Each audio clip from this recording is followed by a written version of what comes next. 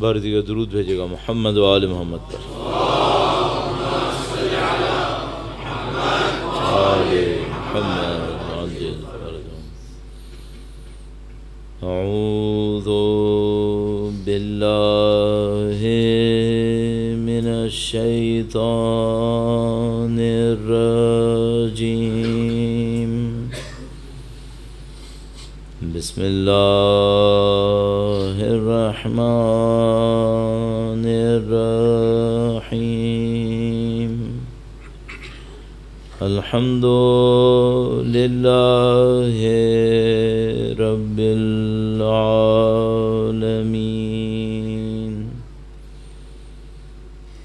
والصلاة والسلام علی سید الانبیاء والمرسلین حبیب الہ العالمین بالقاسم محمد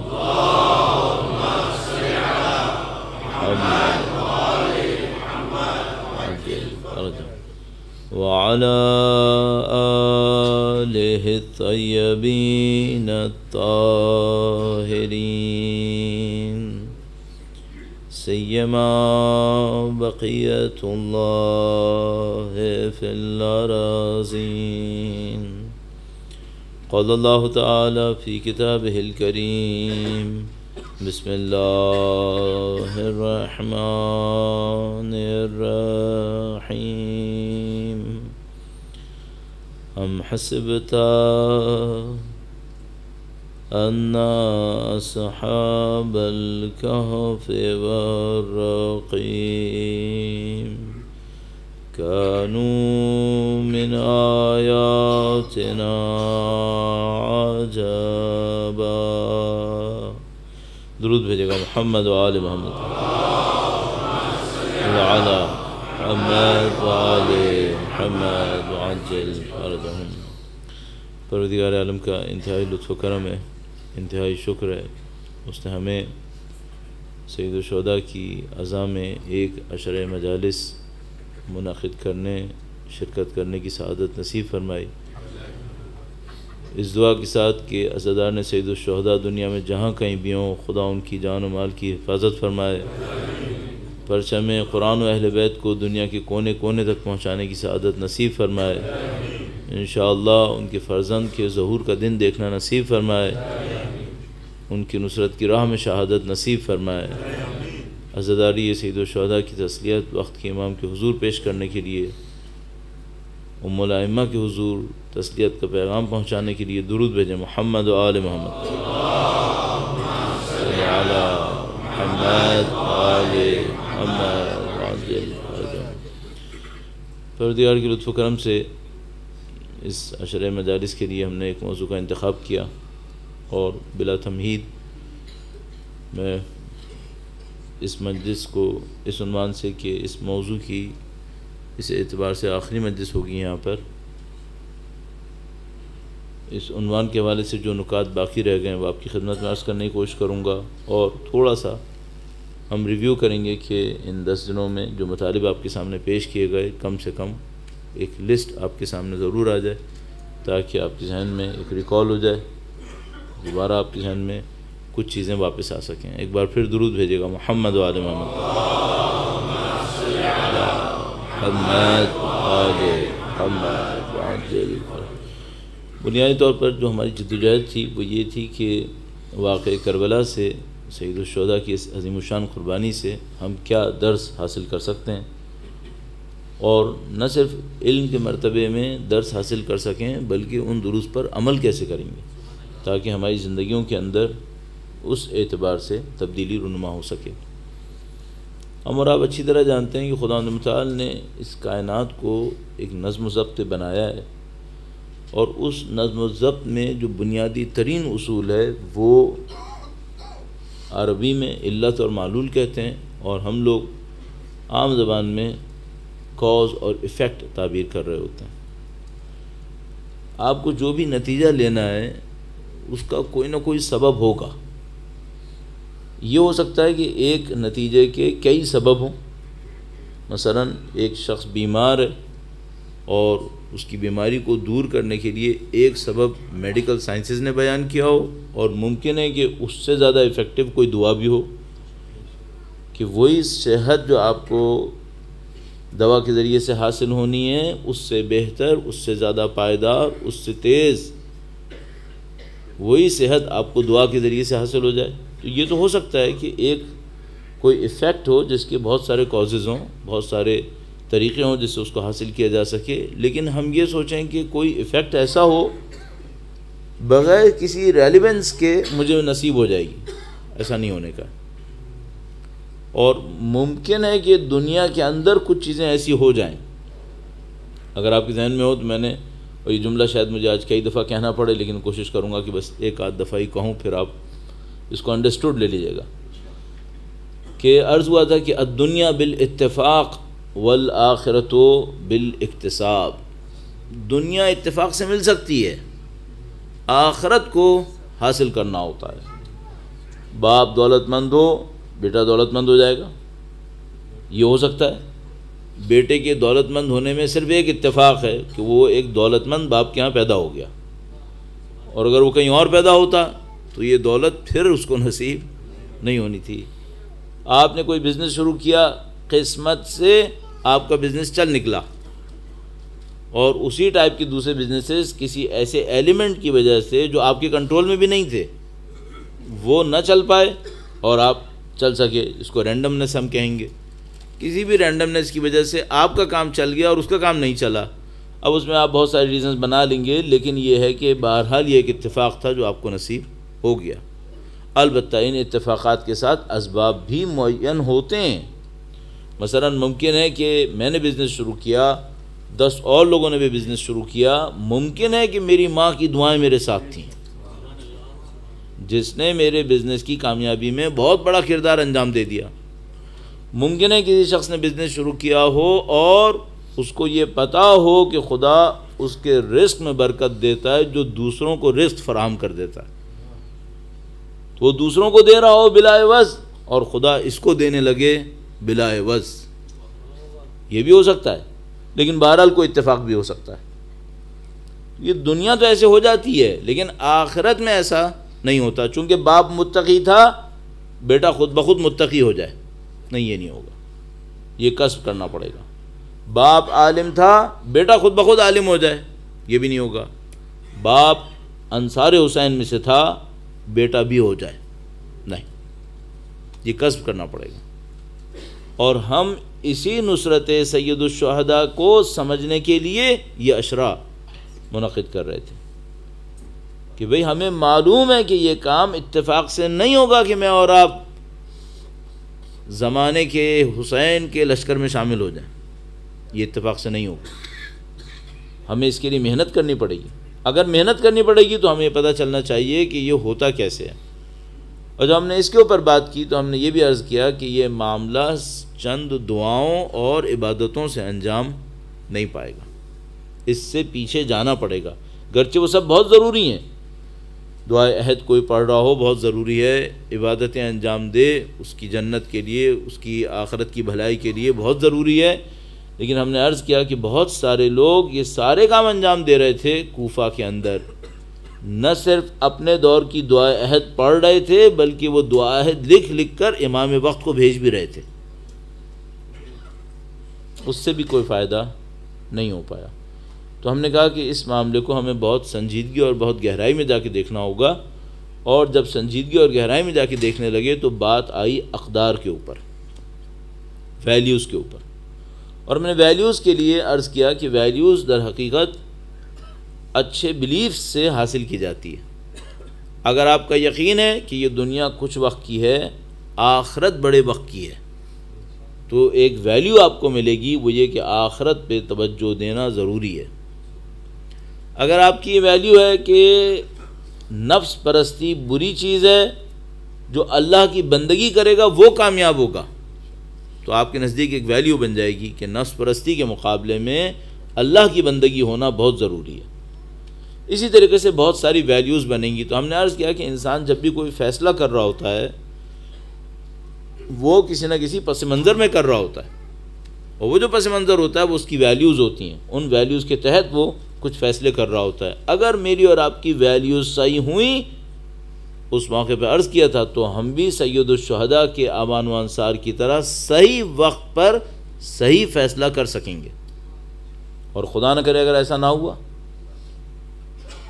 تو اسی موقع پر کچھ جاننے والے تھے، عبادت گزار بھی تھے، متعدد اچھے کاموں کے کرنے والے بھی تھے، لیکن ویلیوز کے صحیح نہ ہونے کی وجہ سے وہ صحیح موقع پر صحیح فیصلہ نہیں کر سکے۔ اور یہ مقرر عرض ہوا کہ صرف جان لینا کافی نہیں ہے، اس پورے معرکے کے اندر بدترین مثال عمر سعد کی ہے، جو سب کچھ جانتا بھی تھا، اور ایک روایت کے مطابق جب خاندان عصمت پہ ظلم ہو رہے تھے تو رو بھی رہا تھا، لیکن اس کی ویلیوز اس کو غلط فیصلوں کی طرف لے گئیں۔ تو ہم نے اس کے اوپر بہت اصرار کیا کہ صحیح فیصلے انسان کیسے کرتا ہے۔ آپ کو لنکس یاد ہوں گے شاید، دوسری دفعہ بھی کہہ دیا۔ فیصلوں کے دوران ایک بہت اہم جملہ آیا تھا، اور وہ یہ تھا کہ ہماری زندگیوں کے اہم ترین فیصلے تعداد میں 10 سے زیادہ نہیں ہیں۔ ہمارے خیال میں زندگی کے جو اہم ترین فیصلے ہیں وہ انتہائی کم ہیں، باقی سارے فیصلے ان بڑے فیصلوں کے کانسیکوینسز ہوتے ہیں۔ میں جب 17.5 سال کا تھا تو میں نے ایک فیصلہ کیا کہ میں ایران جاؤں۔ اگر وہ فیصلہ اس وقت وہ نہ کرتا تو میری تو پوری لائف چینج تھی، میں کچھ اور انسان ہوتا۔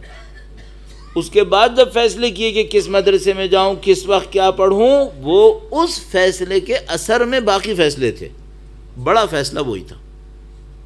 صحیح ہے؟ آپ بھی اپنی زندگی میں دیکھیں کہ بھائی آپ کی زندگی میں جو بہت بڑے فیصلے ہیں کتنے ہوں گے۔ میں آپ سے عرض کر رہا ہوں، اپنی زندگی کو دیکھ کے کہہ رہا ہوں کہ 10 بھی زیادہ کہہ رہا ہوں، 10 بھی نہیں ہے، اصل فیصلے 3-4 ہیں، اور ان فیصلوں کے صحیح ہونے یا غلط ہونے سے پوری زندگی تبدیل ہو سکتی ہے۔ اور اگر تھوڑا سا اور اس کو بالکل ڈیٹیل میں لے کے جاؤں یا بالکل باریک نقطے پر لے کے جاؤں، یا تو کوئی بہت بڑی عبادت ہے جس کا فیصلہ آپ صحیح کر لیں، یا کوئی بہت بڑا گناہ ہے جس سے بچنے کا فیصلہ کر لیں، تو زندگی بدل جاتی ہے۔ کوئی بہت بڑا شیطان نے جال پھینکا ہو اور آپ اور میں اس جال کو توڑ کر باہر نکل آئے، اب دنیا بدل جاتی ہے۔ میں نے بڑے بڑے عرفاء کے حالات زندگی پہ تھوڑا بہت پڑھنے کی کوشش کی ہے، مطالعہ کرنے کی کوشش کی ہے، تو میں نے دیکھا ان سب کی زندگیوں میں کوئی ٹرننگ پوائنٹ ہے، کہیں نہ کہیں کوئی ٹرننگ پوائنٹ ہے، اور وہ جو ٹرننگ پوائنٹ ہوتا ہے وہ معمولاً کوئی گناہ کا موقع ہوتا ہے جس سے یہ بچا لیتے ہیں اپنے آپ کو، جس سے یہ اپنے آپ کو بچا لیتے ہیں۔ اب وہ کسی کے لیے پیسے کا معاملہ ہوتا ہے، کسی کے لیے لذات کا معاملہ ہوتا ہے، کسی کے لیے کچھ، کسی کے لیے کچھ، لیکن بہرحال یہ بات طے شدہ ہے، عبادت کرنے سے زیادہ بڑا کام گناہ سے بچنا ہے۔ عبادت کرنا آسان ہے، گناہ سے بچنا مشکل ہے۔ بھئی آج میں سارے دن عبادت کر سکتا ہوں اور شام کو پھر جو میرا دل چاہے گناہ کروں، کون سا کام زیادہ مشکل ہے؟ گناہ سے بچنا۔ یعنی میں اس کو مثال میں عرض کرتا ہوں، جیسے فرض کر لیں میں اپنی دوبارہ والدہ کا نام لوں گا، محترمہ کا، کہ میں اپنی والدہ کو دن میں 5 تحفے بھیجوں اور رات کو نعوذ باللہ ایک اہانت کر دوں، تو مجھ سے کیا کہیں گی؟ کہیں گی کہ تم ایسا کرو کہ وہ 5 تحفے بھی نہ بھیجا کرو، یہ اہانت نہ کرو، اہانت نہ کرو۔ تحفے بھیجو نہ بھیجو اس کا کوئی لطف نہیں ہے اگر اہانت کے ہمراہ ہے۔ بے احترامی مت کرو، تو وہ دن زیادہ اچھا ہوگا جب تم بے احترامی نہ کرو۔ تو میں آپ کی خدمت میں عرض کروں گا، آپ واجب عبادات انجام دیں، ضرور انجام دیں، مستحبات انجام دیں، ضرور انجام دیں، لیکن اس سے زیادہ توجہ اس بات پہ کریں کہ کوئی حرام نہ کریں، کوئی غلط کام نہ کریں۔ کیوں؟ ان سب کے کانسیکوینسز ہیں۔ اور اگر اسی کے ساتھ آپ کے ذہن میں آ رہا ہو تو پھر ہم نے عرض کیا تھا کہ بھائی انسان کے اندر قوات ہوتی ہیں، 3 قوتیں انسان کے اندر کار فرما ہوتی ہیں۔ قوہ شہویہ، قوہ غضبیہ اور قوہ وہمیہ. یہ 3 قوتیں انسان کے اندر چل رہی ہوتی ہیں، اور ان تینوں کو بیلنس میں لانے کے لیے عقل انوالو ہوتی ہے، عقل بیچ میں آتی ہے. اور اگر ان تینوں قوتوں کو کوئی انسان مہار کر لے اور عقل کے ذریعے اس کو لے کر چلے، یہ انسان کمال پہ فائز ہونا شروع ہو جاتا ہے. اور میں نے عرض کیا کہ یہی بہت بڑا معرکہ ہے. ان قوتوں کا ہونا کیوں ضروری ہے، خدا نے رکھی کیوں تھیں، تمام تر تفصیلات ایک ایک مجلس میں سب بیان ہوئی ہیں کہ بھئی یہ کہاں تھا. آپ معراج السعادہ کتاب میں اس کو دیکھ سکتے ہیں، اور یہ ساری باتیں جو اس سلسلے میں بیان ہوئی تھیں. درود بھیجے گا محمد و آل محمد پر. محمد و آل محمد معجل پر. عرض ہوا تھا کہ اگر کوئی انسان ان قوتوں کو کنٹرول کرنے کی کوشش کرے تو مختلف ایلیمنٹس انوالو ہوں گے، جن کے ذریعے سے کنٹرول کرنا کبھی آسان ہوگا اور کبھی سخت ہوگا. اور ان میں سے ایک بہت بڑا معاملہ آپ کی زندگی کا آبجیکٹو ہے. ہدف کیا ہے؟ پست ہدف پست کردار لائے گا، اعلیٰ ہدف اعلیٰ کردار لے کر آئے گا. اگر آپ کی زندگی کا ہدف اعلیٰ ہے، زندگی میں آپ نے کوئی ایسا آبجیکٹو لیا ہوا ہے جو بہت بڑا کام ہے، آپ چھوٹی موٹی چیزوں پہ توجہ نہیں دیں گے. اگر امام بارگاہ میں آنے کا ہدف عزاداری ہے، پھر اس سے کیا تعلق کہ مجھے نظر نیاز میں کیا ملا. لیکن اگر ہدف عزاداری نہیں ہے، کچھ اور ہے، تو پھر بہت بڑا معاملہ ہے کہ مجھے کیا ملا، پھر بہت بڑا معاملہ ہے. اگر اہل خانہ کا رشتہ داروں سے ملنا، آپ کا ملنا، اس کا ہدف صلہ رحم ہے، تو معاملہ نہیں ہے کہ چائے کے ساتھ کچھ کھلایا یا نہیں کھلایا.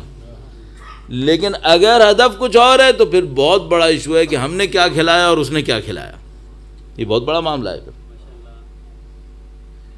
اگر آپ ہدف کو تھوڑا سا اونچا کر لیں تو چھوٹے چھوٹے مسائل خود بخود حل ہونے لگتے ہیں. اور جہاں کہیں کوئی بڑا ہدف نہیں ہوگا تو پھر چھوٹے چھوٹے مسائل ہی ہدف بن جائیں گے، اور وہ لڑائیاں، وہ جھگڑے کہ الحفیظ الامان، سنبھالنا مصیبت ہو جائے گی.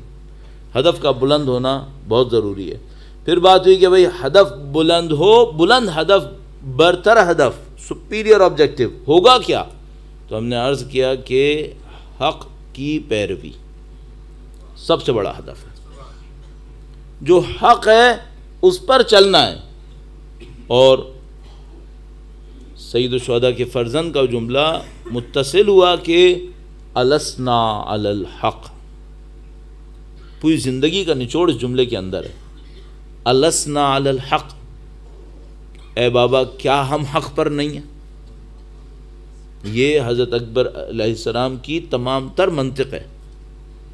ان کی منطق یہی ہے کہ ہماری زندگی کا آبجیکٹو صرف ایک ہے، ہم نے حق پہ رہنا ہے. اب اس حق کے راستے میں جتنی بھی قربانیاں دینی پڑی ہم دیتے چلے جائیں گے، وہ ہمارے لیے کوئی مسئلہ نہیں ہے. اب دیکھیے تصور وہی ہے، السنا علی الحق، کیا ہم حق پہ نہیں ہیں؟ جواب ملا کہ یقیناً حق پر ہیں. فرمایا اذن لا ابالی، پھر مجھے پرواہ نہیں ہے، پھر کوئی پرواہ نہیں ہے. تو عزیزان محترم، ہمارے اور آپ کے ساتھ بھی ایسے ہی. اگر ہمارا ہدف بلند ہوا تو ہمیں چھوٹی چھوٹی چیزوں کی کوئی پرواہ نہیں ہوگی.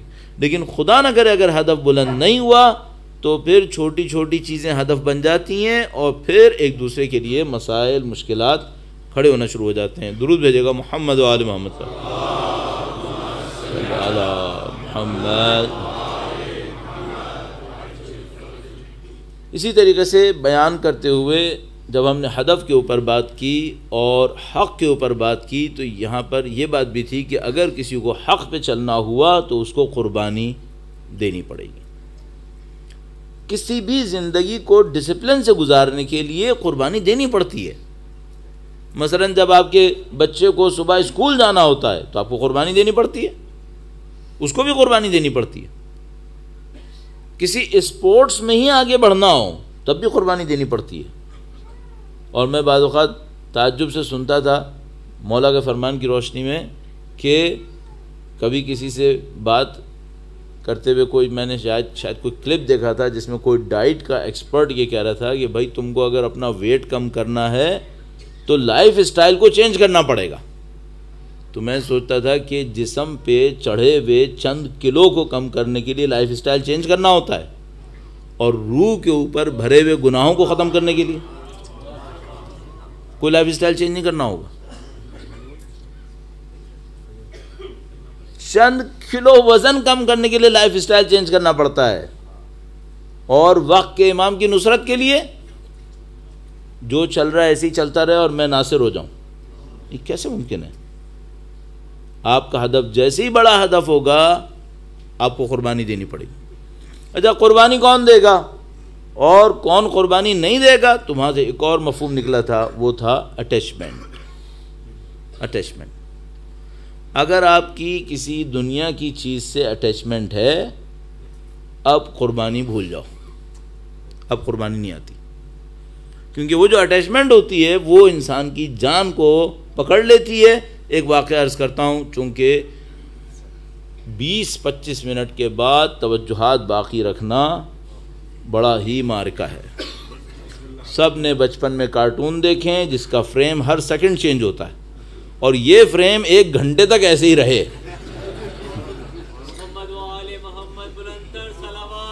اللہم صلی علی محمد وآل محمد وعجل فرج. یہ قابل تحمل نہیں ہے. سب کو اٹینشن ڈیفیزٹ آیا ہوا ہے. اس دنیا کی رائج ترین بیماریوں میں سے ایک اٹینشن ڈیفیزٹ ہے، اور یہ آپ کو ہم سب کو لگا ہوا ہے. اس کا صرف ایک راستہ ہے، وہ کیا ہے؟ نماز میں توجہ بڑھائیں. اگر آپ اول وقت نماز پڑھیں اور توجہ سے پڑھنے کی کوشش کریں، آپ کے اٹینشن ڈیفیزٹ کا ایشو حل ہو جائے گا. اور اگر آپ کے اٹینشن ڈیفیزٹ کا ایشو حل ہو گیا تو آپ یقین فرمائیے آپ دنیا کے بہترین مینیجر ہیں. پھر آپ دنیا کے بہترین مینیجر ہیں.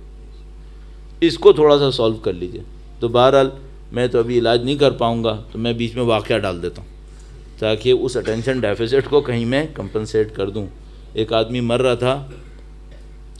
تھا تو اب مرنے سے پہلے نزاع کی کیفیت آتی ہے جس میں انسان لگتا ہے کہ بس اب دنیا سے جانے والا ہے. تو نزاع کی کیفیت اس کے اوپر آئی تو اچانک لوگوں نے جب کہا کہ بھائی کلمہ پڑھو، تو کلمہ پڑھنے سے پہلے کہنے لگا کہ مت پھاڑنا. تو انہوں نے کہا کہ بھائی یہاں کوئی کسی چیز کو نہیں پھاڑ رہا ہے، تم کلمہ پڑھ لو. تو کہنے لگا کہ میں بعد میں پڑھوں گا، پہلے اس سے کہو پھاڑے نہیں. انہوں نے کہا پتہ نہیں کیا معاملہ ہے، شیطان آیا ہوا ہے، کیا مصیبت ہے. بعد اس کو اس کے حال پہ چھوڑ دیا، استغفار وغیرہ کی کہ بھئی یہ کلمہ طیبہ تو کم سے کم پڑھ کے مرے، ایسے تو نہ ہو جائے. بعد اس کی کوئی نیکی اس کے کام آئی تو وہ نزاع سے جاگ گیا. جیسے ہی جاگا اس نے کہا کہ ایسا کرو، فلاں جگہ پہ جاؤ، وہاں پہ کچھ پیپر رکھے ہیں، انہیں آگ لگا دو فوراً. نے کہا بھئی کیا معاملہ ہے؟ کہنے لگا کہ میں نے اپنی زندگی میں بڑی محنت کر کے ایک پراپرٹی بنائی تھی. میں جیسی حالت نزاع میں آیا تھا، یہ شیطان بدبخت اس پیپر کو دکھا کے مجھ سے کہتا تھا کہ اگر کلمہ پڑھانا تو یہ پھاڑ دوں گا. تو میں اس سے کہتا تھا مت پھاڑو. تو کہنے لگا اس کو آگ لگاؤ تاکہ اب اگر میں دوبارہ مرنے لگوں تو میں کلمہ پڑھ کے سکون سے مر جاؤں. یہ کس کی نشانی ہے؟ یہ اٹیچمنٹ کی. یہ آدمی بہت اچھا آدمی ہے. کیوں؟ مرنے سے پہلے خدا نے اس کو بچا لیا ہے. پتہ نہیں کتنے لوگ اٹیچمنٹ میں مر رہے ہیں، کوئی ٹھکانہ نہیں ہے. پھر اللہ کے رسول کا ایک عجیب فرمان ہے، فرماتے ہیں کسی کے دل میں ذرہ برابر دنیا کی محبت ہوئی، جنت کی خوشبو نہیں سونگھے گا. کیا ہوگا اس کے ساتھ؟ یہ برزخ میں جائے گا، برزخ میں جا کر اس کی سزا اٹھائے گا پہلے کہ تم دنیا کی محبت کیوں لے کر آئے. نہیں معلوم کتنے سال لگیں گے اس کے اندر. کب اس سے پاکیزگی نصیب ہوگی اس کے بعد کہیں معاملہ آگے بڑھے گا. اور یہ بھی عرض ہوا تھا کہ یہ جو قوات نفسانیہ ہیں ان سب کی اپنی برزخی شکلیں ہوتی ہیں. کسی کے اندر قوہ شہویہ زیادہ ہو تو اس سے ریلیونٹ جانور کی جو شکل ہوتی ہے وہ اس کی برزخی شکل بن جاتی ہے. یہ بھی عرض ہوا تھا. اور قوہ وہمیہ شیطان کی شکل میں آ جاتا ہے انسان، اور اس میں بہت سارے مسائل آپ کی خدمت میں عرض ہوئے تھے. تو ہم نے عرض کیا کہ بھائی اٹیچمنٹ کو میں اور آپ ختم کریں. جب اٹیچمنٹ کو ختم کرنے کی بات آئی تو پھر ایک اور معاملہ سامنے آیا، وہ یہ کہ اوکیجنلی کبھی کبھی غلطی سے شیطان کے بہکاوے میں انسان ایک آدھ گناہ کر لے، وہ اتنا بڑا مسئلہ نہیں ہے، توبہ کر لے، اس پہ بھی استغفار کرے، جس کا طریقہ پورا بتایا تھا. آپ کے ذہن میں ہے طریقہ استغفار؟ کی پوائنٹس میں سے ایک یہی ہے. کیوں؟ اس پہ میری انویسٹمنٹ ہے، جو استغفار کرے گا مجھے بھی تو کچھ ملے گا آخر، تو وہ میری انویسٹمنٹ کی جگہ ہے کہ آپ کو استغفار کا طریقہ عرض کیا تھا کہ آپ کس طرح استغفار کریں گے. اپنے اعضاء کے لیے علیحدہ علیحدہ استغفار، دنوں کو یاد کر کے خدا کل کے لیے استغفار کر رہا ہوں، ایک ہفتے پہلے کے لیے استغفار کر رہا ہوں، یہ سب عرض ہوا تھا. تو عرض ہوا کہ انسان کے اندر اٹیچمنٹس ہیں، ان اٹیچمنٹس کے ساتھ ساتھ جو اس کی بہت بڑی ایک مصیبت ہے وہ بری عادتیں ہیں. عرض ہوا تھا کہ انسان کی زندگی میں سب سے بڑا ایسٹ اس کی اچھی عادت ہے، ہمیشہ اس کو بینیفٹ دیتی ہے.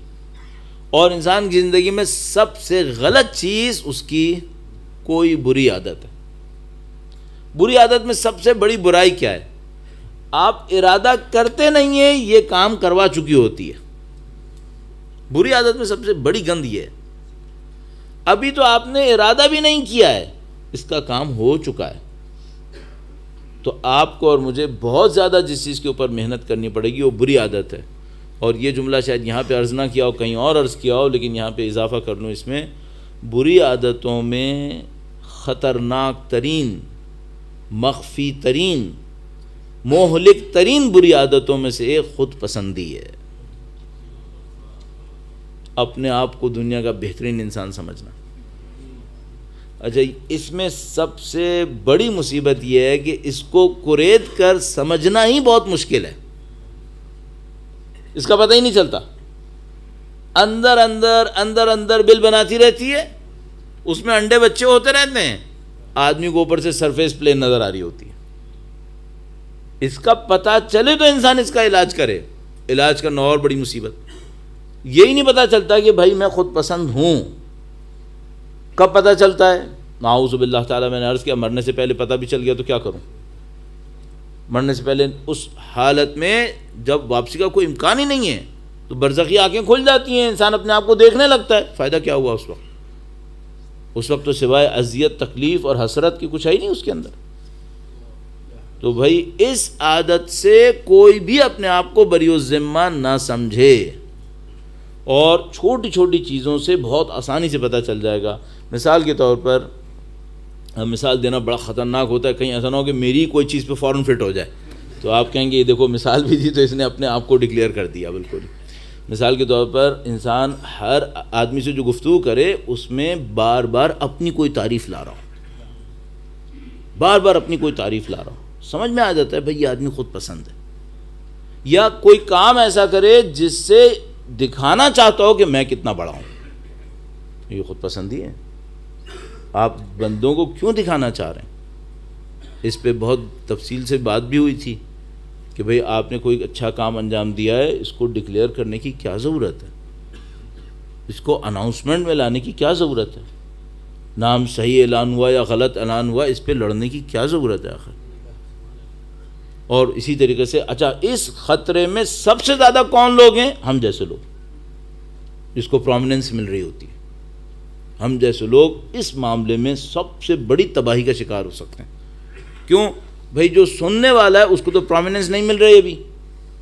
جس کو پرومیننس مل رہی ہے، جو سامنے بیٹھا ہوا ہے، اس کے لیے خطرہ بے انتہا ہے کہ یہ خود پسندی سے دوچار ہو جائے. تو اس میں عرض ہوا کہ اس میں خلوص لے کر آنا بہت سخت کام ہے. کہ کوئی پڑھے اور اتنے لوگ بعد میں اس کو آگے کہہ بھی رہے ہوں کچھ، اور انسان اپنے خلوص کو باقی رکھ لے، یہ بہت سخت کام ہے. اور میں اس کی مختلف نشانیاں سوچتا ہوں اپنے ذہن کے اندر. یہ سب باتیں عرض ہوئیں، اور یہ بات بھی شاید یہیں پہ عرض ہو گئی ہو، وہ یہ کہ جو کام آپ اللہ کی راہ میں ایسا کریں کہ ایک ہاتھ کرے دوسرے کو خبر نہ ہو، اس پہ تھوڑا بھروسہ کیا جا سکتا ہے کہ وہ کوئی اچھا کام ہوگا. اور وہ کام جو بلا عوض ہو. مثال کے طور پر بھائی فرض کریں میرے پاس انڈسٹری ہے، اس کے اندر 100 آدمی ملازم ہیں، میں سب کو تنخواہیں دے رہا ہوں، یہ ثواب کا کام ہے. کوئی ممکن ہے کہ بھائی میں 100 آدمیوں کا رزق دے رہا ہوں، میں اس سے کہتا ہوں ابھی 1 مہینہ کام نہ کرے پیسے دو گے اس کو؟ آپ کی نیڈ ہے ایک، آپ کو اس کا کام چاہیے، اس سے آپ اس کو پیسے دے رہے ہیں، یہ تھوڑی کوئی مسئلہ ہوا کہ آپ پیسے دے رہے ہیں اس کو۔ وہ تو یہ مسئلہ پوچھوں گا کہ بلا عوض کیا دے رہے ہو؟ بلا عوض جس کا ریٹرن تمہیں نہیں مل رہا ہے وہ کیا دے رہے ہو؟ یہ تو اس کا کام کا ریٹرن مل رہا ہے تمہیں،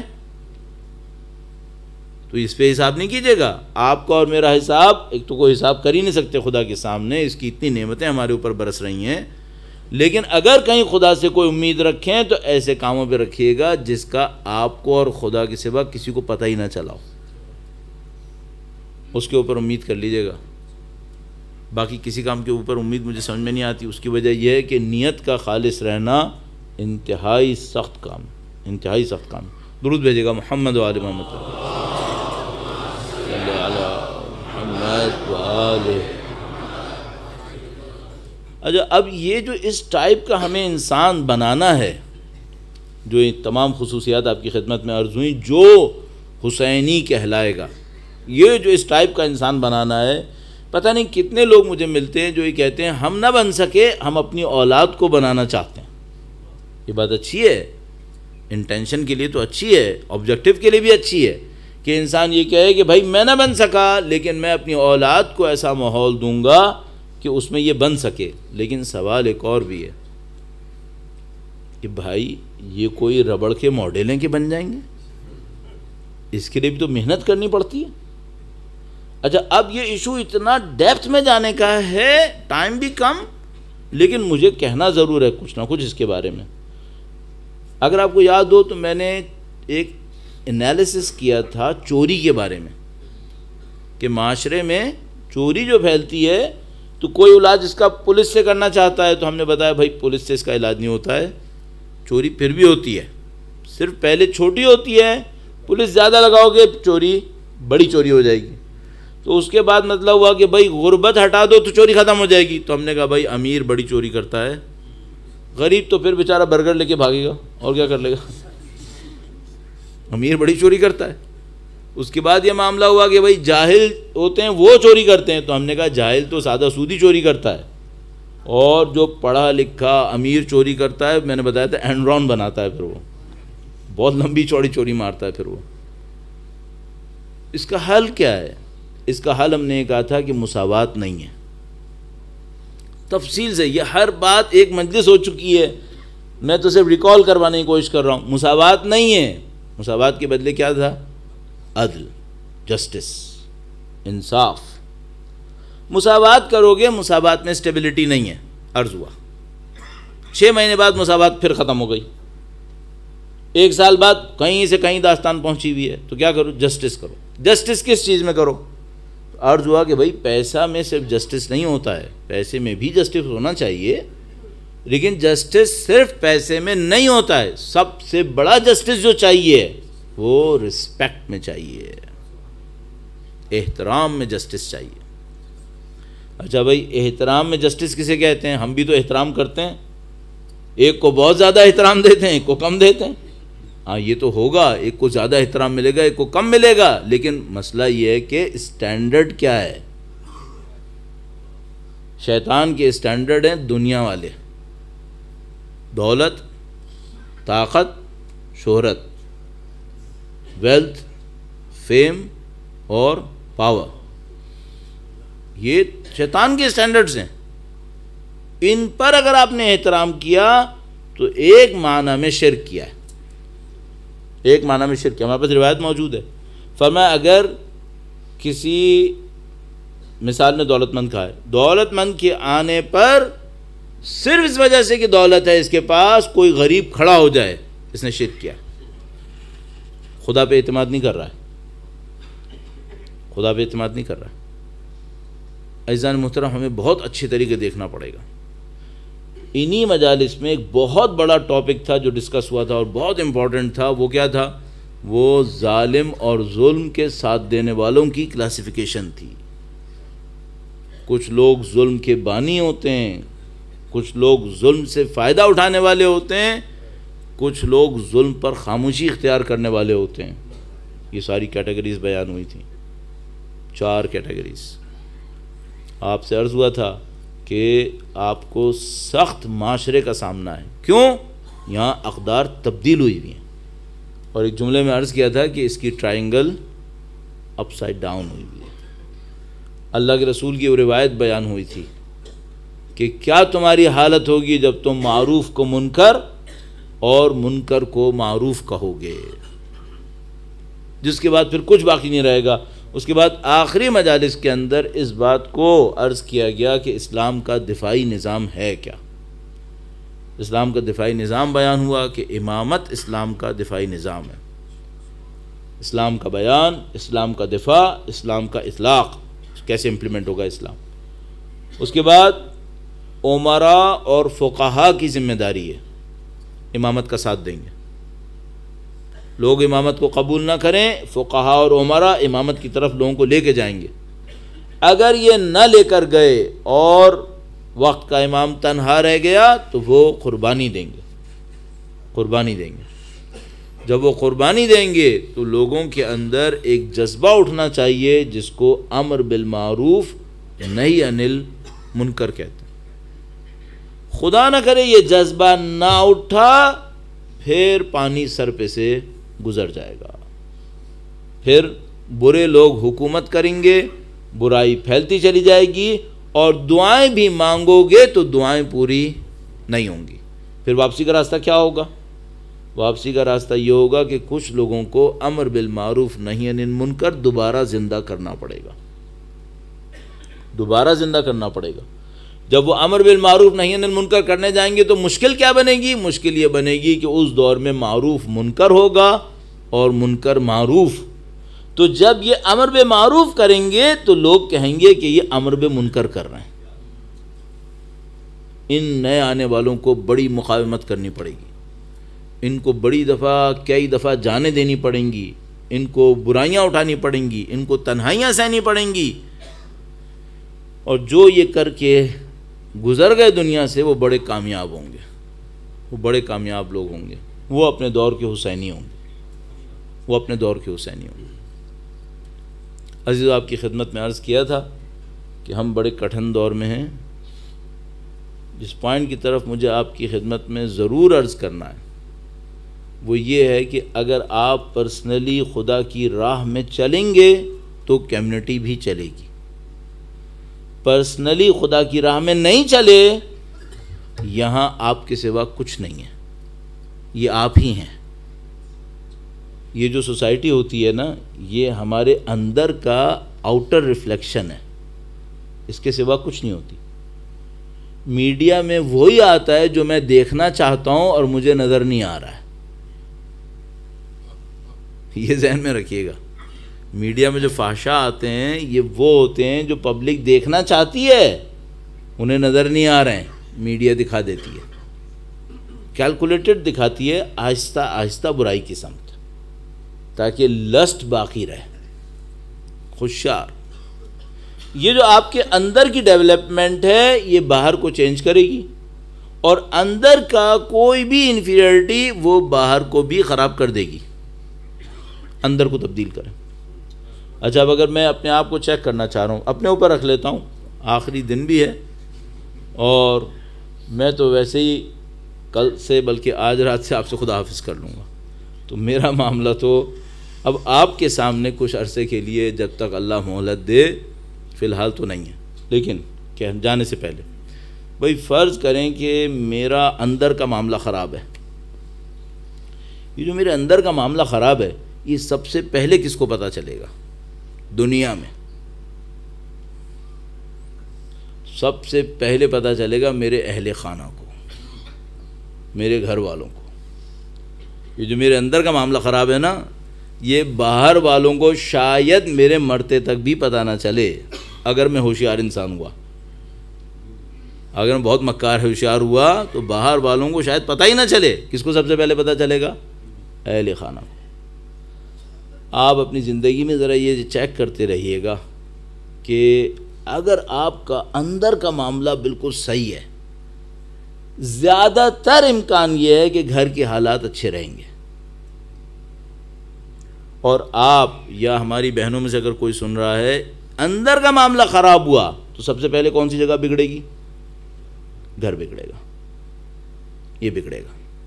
اچھا اب آپ لاکھ کوشش کر لیں کہ میرے بچے آوان و انصار امام ہو جائے، یہ معاملہ کھٹائی میں پڑ گیا ہے۔ کیوں؟ جو بچے ٹینشن میں پیدا ہوتے ہیں، ٹینشن میں زندگی گزارتے ہیں، یہ کسی نہ کسی کمپلیکس میں، مگر یہ کہ خدا بچا لے، چلے جاتے ہیں۔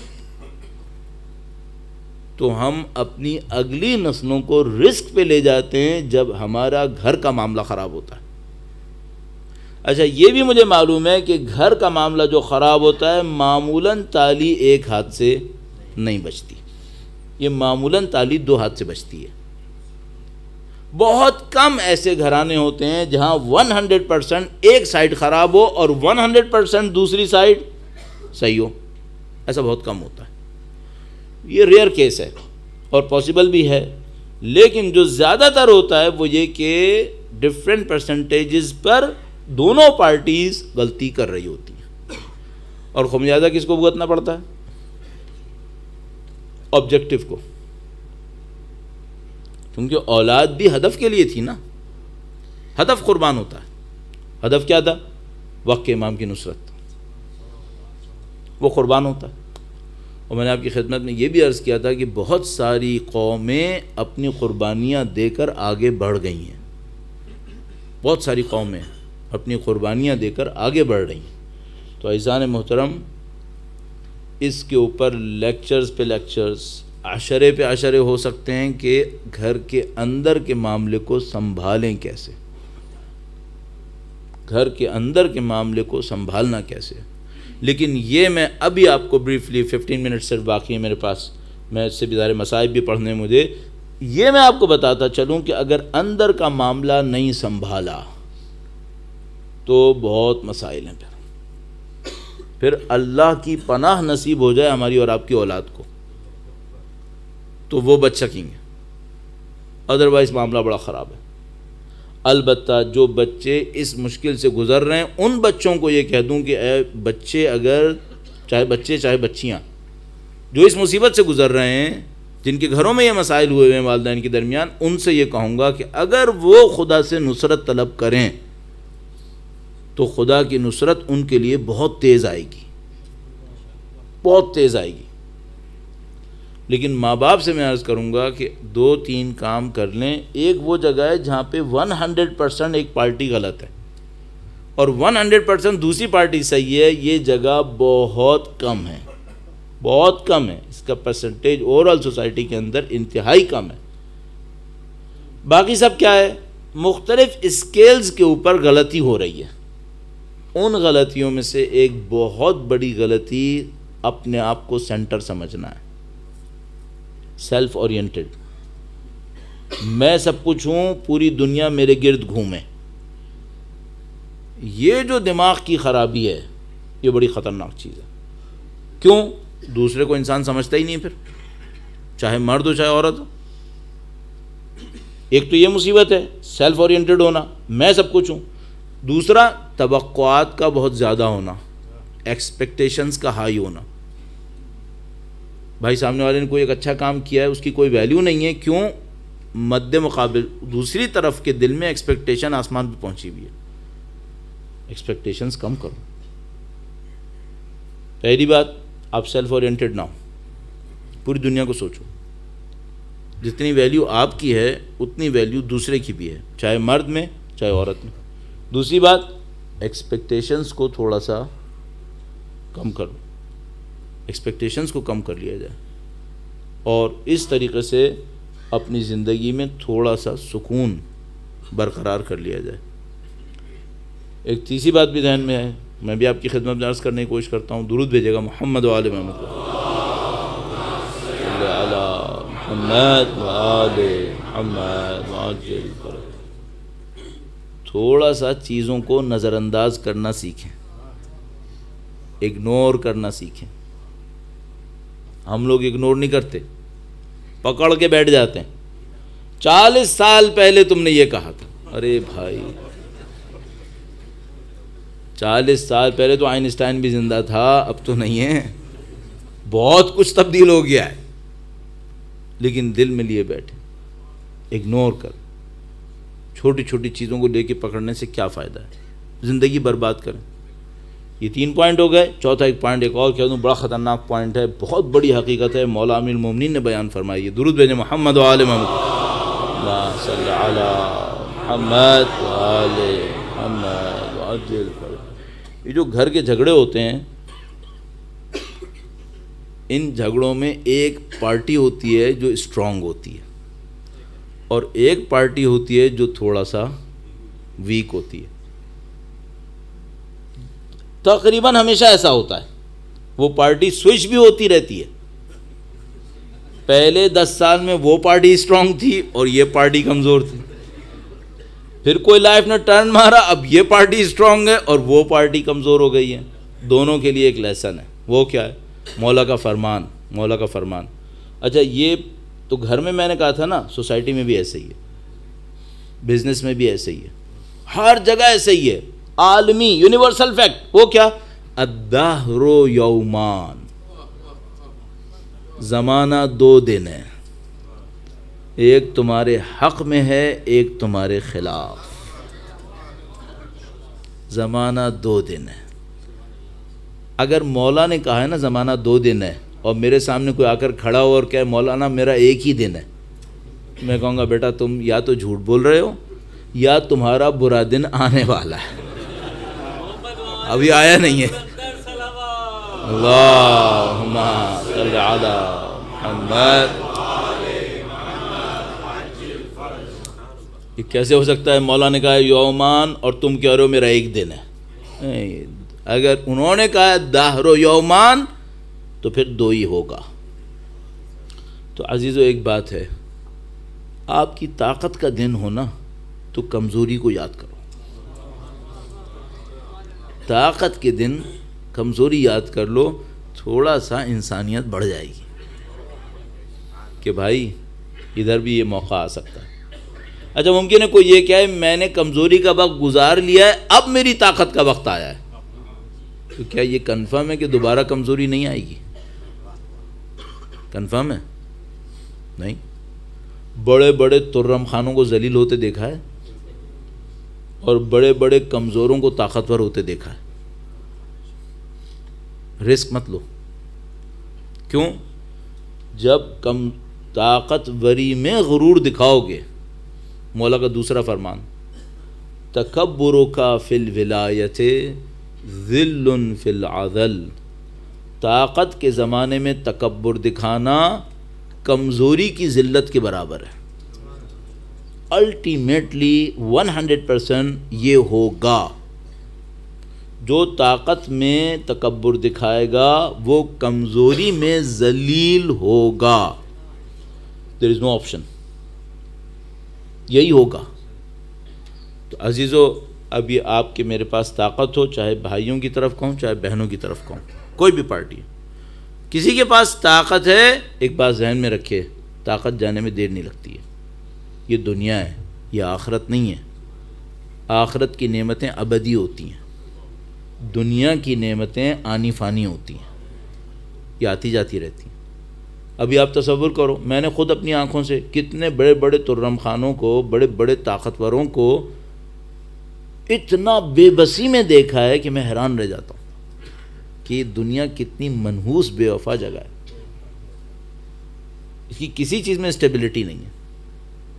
آج ایک انسان مشہور ہوتا ہے، کل کوئی ایک بات غلط کہہ دیتا ہے، جتنا لوگ اس کا احترام کر رہے ہوتے ہیں اس سے زیادہ اس کو گالیاں دے رہے ہوتے ہیں۔ کس بات پہ انحصار کرے اس دنیا کی؟ کتنا پیسے والا ہوتا ہے، اچانک ایک جھٹکا لگا، یہ ہوا وہ ہوا، پتہ چلا جناب معاملہ ختم ہو گیا، ہینڈ ٹو ماؤتھ ہو گیا۔ تو بھائی مشہور لوگ بدنام ہوتے ہیں، دولت مند لوگ غریب ہو جاتے ہیں، طاقتور لوگ کمزور ہو جاتے ہیں، محبوب لوگ منفور ہو جاتے ہیں، یہ سب ہوتا ہے۔ آج کسی کے 5 اولادیں 10 اولادیں، کل پتہ چلا وہی اس کو گالیاں دے رہے ہوتے ہیں۔ اور ایک اور معاملہ ہے، کبھی کسی کی خاطر خدا کی مخالفت میں نہیں جانا۔ انسان اپنی اولاد کی خاطر خدا کی مخالفت میں چلا جاتا ہے، نعوذ باللہ تعالی۔ پھر کیا ہوگا؟ یہ قانون آپ کی خدمت میں عرض ہوا تھا، پتہ نہیں یہاں نہ ہوا یا نہیں ہوا، تیزی سے عرض کر دوں.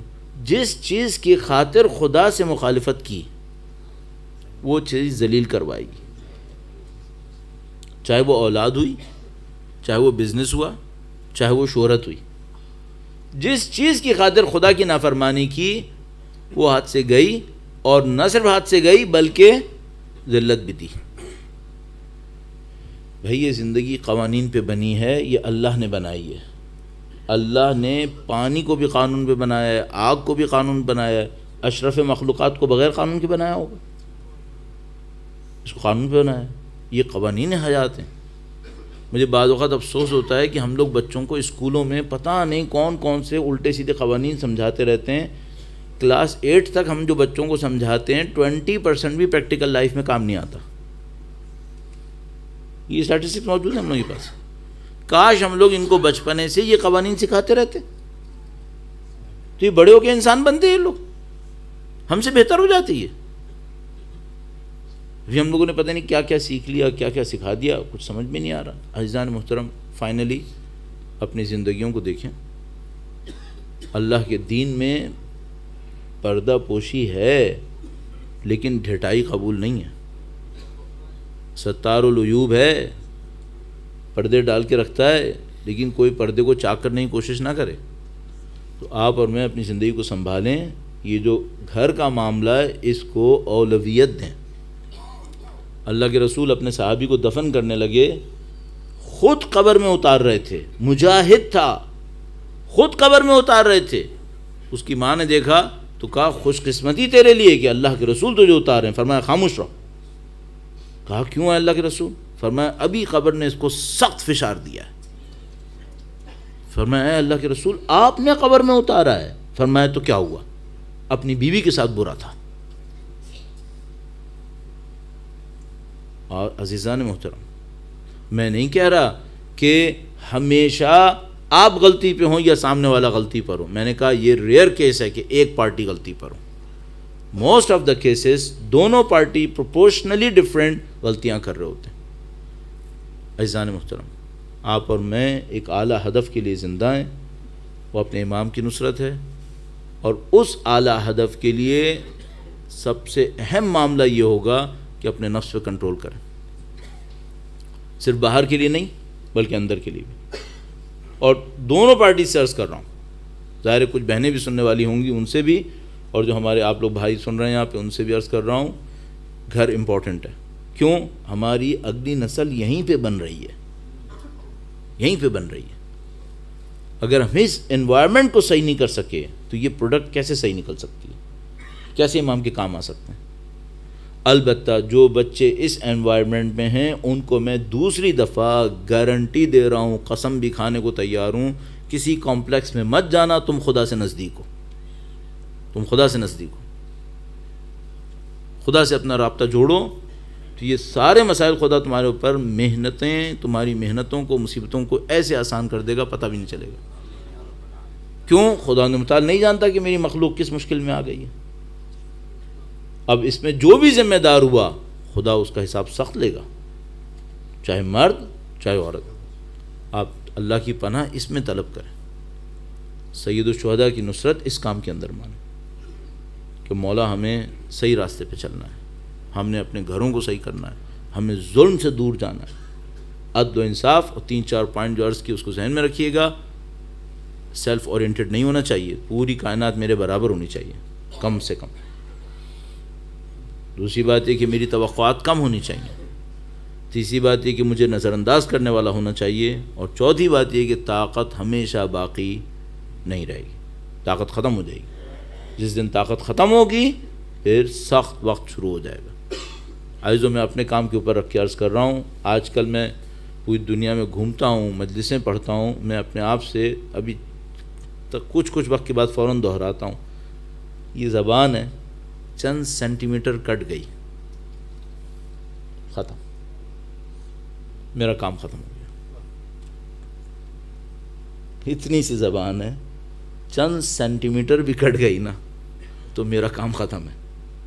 اتنا فریجائل ہوں میں، چند سینٹی میٹر کے ایک گوشت کے لوتھڑے پہ لٹکا ہوا ہوں. صحیح ہے. ایک چوٹ سر پہ لگنی ہے, پوری باڈی پیرالائزڈ ہے, اتنا فریجائل ہوں میں. خدا کو مجھے سکھانے کے لیے لشکر نہیں بھیجنا ہے, کوئی لشکر نہیں بھیجنا ہے, کھڑے کھڑے سب کچھ ہو جائے گا. تو کیوں رسک لوں؟ خدا کی نافرمانی کا خطرہ کیوں مول لوں؟ اس کو ذہن میں رکھیں. اللہ نے آپ کو اور ہمیں بڑی بڑی سعادتیں دی ہوئی ہیں, ان سعادتوں کو اپنی تعمیر و ترقی میں استعمال کریں. خداوند متعال نے ہمیں اور آپ کو سید الشہداء کا غم نصیب کیا. کروڑوں انسانوں کو, اربوں انسانوں کو نہیں ملا. یہ جو غم سید الشہداء ہے, یہ جو فکر سید الشہداء ہے, اس کو لے کر چلیں. ان کے فرزند کی نصرت کے لیے ہم نے اور آپ کو اپنے آپ کو تیار کرنا. اور بہترین دعا کا وقت جو مجھے سمجھ میں اب تک آتا ہے وہ وقت ہے جب امام کے غم میں آپ کا دل تھوڑا سا نرم پڑ رہا ہو. ظاہر میں آپ کو اتنی فکروں میں ڈال چکا ہوں, اتنی فکروں میں جانے کے بعد آپ کے لیے وہاں سے نکل کر دوبارہ غم پہ توجہ دینا تھوڑا سا مشکل ہوگا, لیکن یہی وہ وقت ہے جب دعائیں قبول ہو رہی ہوتی ہیں. یہی وہ وقت ہے جب دعائیں قبول ہو رہی ہوتی ہیں. تو اگر آج کے لیکچر سے کچھ باتیں آپ کو سمجھ میں آتی ہیں کہ آپ کو اپنی زندگی میں کر لینی چاہیے, اور ان باتوں میں آپ کو خدا کی توفیق درکار ہے اور ہمیشہ درکار رہے گی, ہمیشہ توفیق کی ضرورت رہے گی, تو اعزان محترم یہ مصائب کا وقت اچھا وقت ہے کہ مصائب پہ توجہ دیتے ہوئے جب سید الشہداء کے لیے آپ کے دل میں نرمی آئے, اس وقت آپ ان سے نصرت طلب کر لیں کہ انشاءاللہ آپ کی اور ہماری نصرت ہو. آج 11 محرم کا دن تھا. میں نے عرض کیا تھا کل بھی کہ ہم اپنے غم منانے میں کچھ دیر کے لیے غم منانے کے بعد اپنی زندگیوں میں مشغول ہو جاتے ہیں, لیکن ایک بات ہے کہ جب بھی ہمیں سید الشہداء کی یاد آتی ہے ہمارے دل اسی غم میں دوبارہ مبتلا ہو جاتے ہیں, پھر دوبارہ دنیا میں مشغول ہو جاتے ہیں, پھر دوبارہ شام کو آ جاتے ہیں, اور جب اس غم کی یاد آتی ہے تو ہمارے دلوں میں پھر وہی آہ اٹھتی ہے. لیکن میں سوچتا ہوں کہ اگر کسی کے ذہن سے وہ غم نہ نکلے, اگر کسی کے ذہن سے وہ غم نہ نکلے تو اس کی زندگی کیا ہو جائے گی؟ اس کی زندگی میں ہر وقت وہ غم طاری رہے گا اور ہر وقت وہ آہ و فریاد کرے گا. جسارتاً عرض کر رہا ہوں, یہی حالت وقت کے امام کی ہے, یہی حالت وقت کے امام کی ہے. میں تو دنیا میں مشغول ہو جاتا ہوں نا, تو میرے ذہن سے کربلا تھوڑی دیر کے لیے کم توجہی کا شکار ہو جاتی ہے, لیکن وقت کے امام کے ساتھ ایسا نہیں ہوتا. ہمارے پاس زیارت ناہیہ میں مولا کا جملہ موجود ہے, مولا میں آپ کی یاد میں صبح شام خون کے آنسو روتا ہوں. وقت کے امام اپنے جد امجد کی یاد میں صبح شام خون کے آنسو روتے ہیں. اس کی وجہ کیا ہے؟ میں نے تو لوگوں سے سنا ہے کہ علی اصغر کیسے شہید ہوئے, لیکن وقت کے امام کے لیے سنا ہوا نہیں ہے, ایسا ہے ان کی آنکھوں کے سامنے ابھی شہید ہو رہے ہیں. ان کے لیے تو ایسا ہے. اور ہم نے تو شام غریباں سنی ہے نا. وقت کے امام کے لیے تو ایسا ہے کہ ان کے اجداد طاہرین, ان کی جدہ ماجدہ بی بی زینب کبریٰ سلام اللہ علیہا جیسے ابھی مقتل میں سے گزر رہی ہیں. وقت کے امام کے لیے بہت سخت. جو 11 محرم کا دن بڑا عجیب دن تھا. ظالموں نے تمام اسرا کو قافلے کی صورت میں بنایا. 2 بڑے عجیب لمحات آئے, میں تیزی سے آپ کی خدمت میں عرض کرنے کی کوشش کروں گا. ایک وہ وقت آیا جب ظالموں نے سید سجاد کو اونٹ پہ سوار کیا. مولا سید سجاد ابھی بھی پروردگار عالم کے حکم سے اس بیماری میں تھے تاکہ ان کی جان کی حفاظت ہو سکے۔ عجب روایت ہمارے پاس موجود ہے کہ اونٹ پر ایک طرف سے سوار کرتے تھے تو مولا دوسری طرف سے گرنے لگتے تھے۔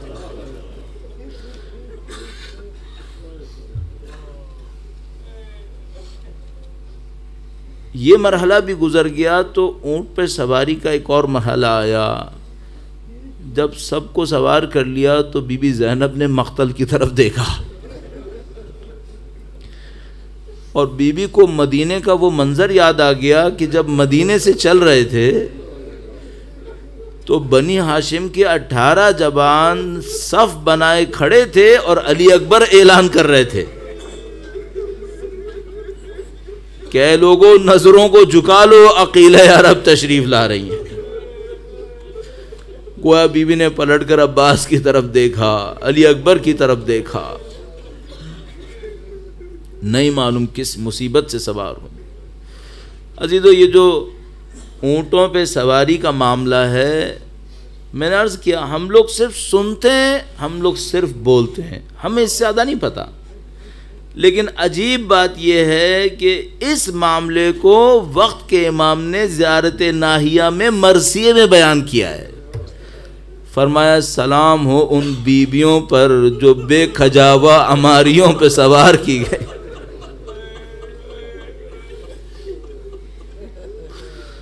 اس سے زیادہ کہنے کی مجھ میں طاقت نہیں ہوگی اس جملے کے اندر۔ سلام ہو ان بیبیوں پر جو بغیر کجاووں کے اونٹوں پہ سوار کرو۔ دوسرا مرحلہ وہ آیا جب یہ قافلہ عمر سعد کے گویا اشارے پر مقتل کے سامنے سے گزارا گیا۔ اب جب یہ مقتل کے سامنے سے گزارا گیا تو ایک موقع ایسا آیا جب سید سجاد نے اپنے بابا کی لاشے کی طرف دیکھا۔ وہ بے گور و کفن لاشا جو بیٹے نے دیکھا تو روح کے اوپر ایک عجیب حالت طاری ہوئی۔ بی بی زینب سلام اللہ علیہا آئی، انہوں نے فرمایا زین العابدین سید سجاد غم نہ کرو، تمہارے باپ کی لاشے پر روزہ تعمیر ہوگا، یہ تنہا پڑے نہیں رہیں گے، یہاں پہ روزہ تعمیر ہوگا، یہاں پہ تمہارے باپ کے چاہنے والے آئیں گے۔ بی بی کی چشم بصیرت نے صدیوں کے بعد کو دیکھ لیا اور سب کچھ بتا دیا۔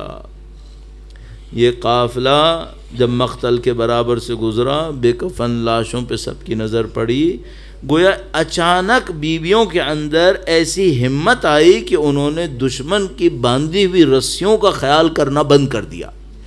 بیویوں نے اپنے آپ کو اونٹوں پہ سے گرانا شروع کر دیا۔ اب اللہ جانتا ہے کہ جب سب کے ہاتھ رسیوں میں بندھے تھے تو زمین پہ کیسے گرایا ہوگا۔ زمین پہ گرانا شروع کر دیا، تمام بیویاں ایک ایک لاشے کے اوپر جانا شروع ہوئیں۔ اسی موقع پر تقریباً زیادہ احتمال اس بات کا ہے کہ اس موقع کا ہے شام غریباں کا نہیں ہے کہ جب بی بی سکینہ سلام اللہ علیہا ایک لاشے کے اوپر پہنچی ہیں، بی بی زینب بی بی سکینہ کے پیچھے پیچھے تشریف لائیں، دیکھا ایک لاشا ہے بے گور و کفن، لاشا زمین پر ہے، سر بھی نہیں ہے، لباس بھی تن پر مناسب نہیں ہے۔ بی بی سکینہ سے پوچھا بی بی تم یہاں کیوں آئیں؟ کہا یہ میرے بابا کا لاشا ہے۔ کہا بی بی لاشے کو یا سر سے پہچانتے ہیں یا لباس سے پہچانتے ہیں، تم نے بابا کا لاشا کیسے پہچانا؟ فرمایا میں یہاں سے گزر رہی تھی اپنے باپ کو آواز دیتے ہوئے، اس لاشے میں سے آواز آئی الیہ الیہ یا بنی، اے میری بچی تو میرے پاس آ جا۔